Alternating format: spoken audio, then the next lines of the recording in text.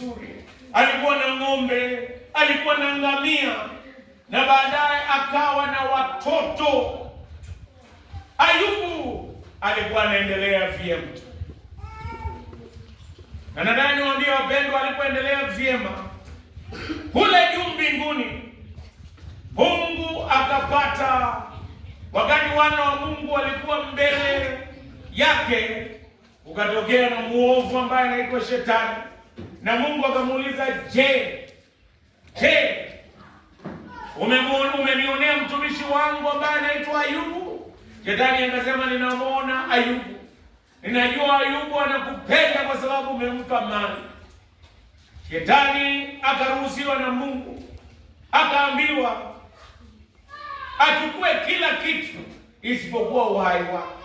Ayubu akaanza kupata mateso, ng'ombe wakafariki, ngamia wengine wakachukuliwa, na hata watoto wakakufa. Mke wake akamgeuka na akaambia Ayubu, ukana Mungu na wewe ukufe. Kila mtu akamgeuka, akawa mgonjwa, majipu yakatoka. Na mimi ninakwambia, Ayubu anawakilisha karibu kila mtu ulimwengu huu. Kila mtu atapitia shida, kila mtu atapitia kumtambo, ama tena ama kila mmoja atapitia atapitia shida. Je, nataka ujue kuko na marafiki aina tatu. Marafiki watatu wa Ayubu: Elfas, Zofa na mwingine ambaye alikuwa anaitwa